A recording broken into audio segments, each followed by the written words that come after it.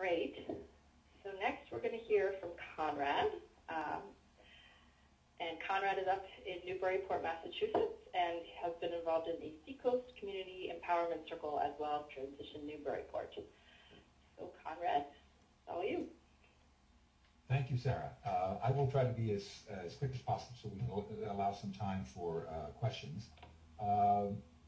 Newburyport is quite a bit different from Portland in that we're we're actually a city. We have a mayor and city council, but we have a population of 17,000. We're in the North Shore of the Greater Boston area, but we're actually closer to Portsmouth, New Hampshire. Not to say that we orient more to Portsmouth, but it's just, I think some people do.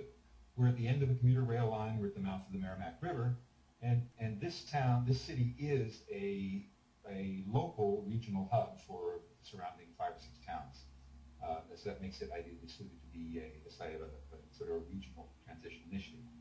The Transition Newburyport was the 21st official recognized initiative in the U.S. Back in March of 2009. We were first in Massachusetts, the only one in Massachusetts for well over a year. And we've been going about it. There are the kind of things that initiatives do. We have monthly potlucks and show films, and we've partnered with several of the local churches and the community garden.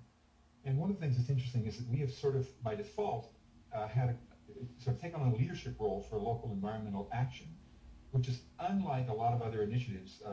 There wasn't a well-established group that was already here doing that sort of thing. So we kind of, that's what became a good example of that is that we have now co-sponsored the annual Earth Day program with the public library every year for the last 3 years. We sort of introduced ourselves, the first one in 2009, since then. So, as Sarah mentioned, we've been doing transition since March of 2009. We learned about common security clubs in October of 2010. Actually, on the very same day that we received an invitation to attend an introductory session later that month, we also came across the article that was published in the online version of Yes Magazine that Chuck Collins had written about transition to common security clubs.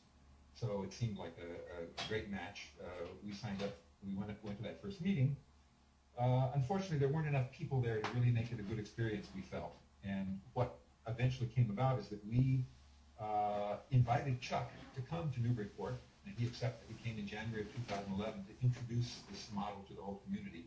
That was part of our monthly potluck series that day. It was actually the very first potluck we had that also included a formal program. We had extensive collaboration for that event with 3 churches and the community garden and the local anti-poverty group, and the local YWCA's co-sponsored that. That was our largest event to date with over 80 people. Later that month, I attended a facilitation workshop in Jamaica Plain. So when the first Seacoast Community Empowerment Circle began in February, I co-facilitated. We had 16 participants to start off, and at 14 finished the full 6-session curriculum. And just sort of a comment, the second session suggested holding a potluck, and that was so popular that from then on, every session the group wanted, and we did have a potluck. And the people were, I would say, universally enthusiastic about the process that we went through, and they particularly loved the frequent opportunities for the small group personal sharing and bond building. Many people mentioned specifically the sense of relief they felt in being able to discuss difficult issues pertaining primarily to economics, but also to peak oil, climate change issues, with sympathetic listeners, unlike raising the topic in family with friends and people sort of thinking, oh, there you go again. So many new and lasting friendships were formed in that first group, and the group universally agreed to continue meeting. But the reality is that with summer coming in, we haven't done as much. We had one event since then. I'm going to talk a little bit about what I see as the natural connections between transition and resilient circles. Another difference here in Newburyport is that while we are calling Seacoast Community Empowerment Circles not something that's specifically transition, it's the same people doing it. So we're not two different movements. We're part of sort of the same thing.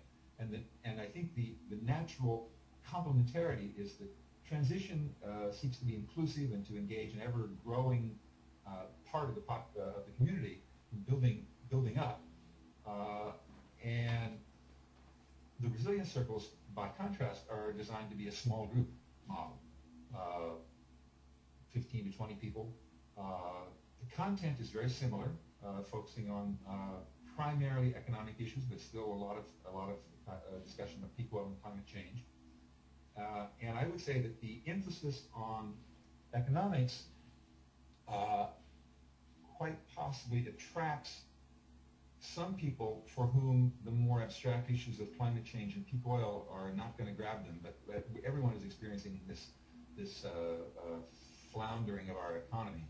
So I think it provides a ready point of entry for a lot of people.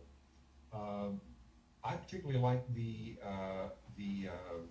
quick definition of resilience circles, or definition of resilience circles that you can find on the website in a lot of places. I apologize for not having a slide, but I'm just going to read these very quickly because this is very similar to transition language.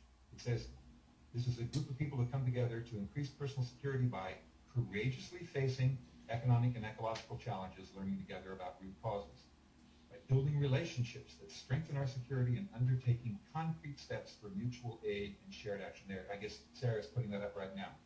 By rediscovering the abundance of what we have and recognizing the possibility of a better world and seeing ourselves as part of a larger effort to create a fair and healthy economy.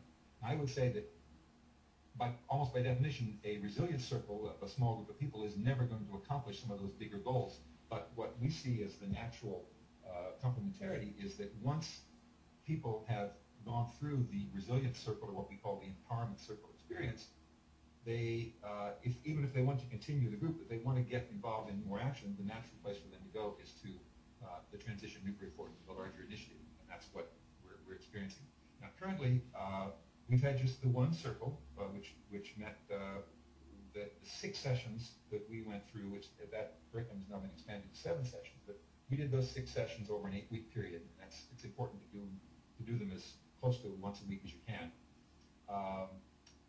And then we were getting to the summer, and we tried to start another one in the summer, and then once again, there just weren't enough people, so it'll start up again in the fall, and we hope to have multiple circles that will eventually have more than one happening at once, and all of them will feed into transition activities. So we see it as an excellent model to, it's a valuable recruiting tool for the larger transition work.